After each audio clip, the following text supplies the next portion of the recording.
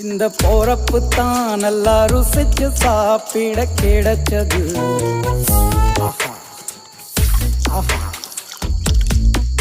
அத நினைச்சு தான் மனோ உலகம் முழுவதும் பருக்குது. அட சுட சுட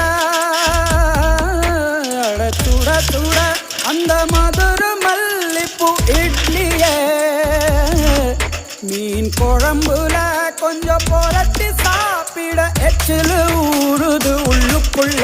இந்த போறப்பு தான் இந்த போறப்பு தான் நல்லா ருசிச்சு சாப்பிட கிடைச்சது.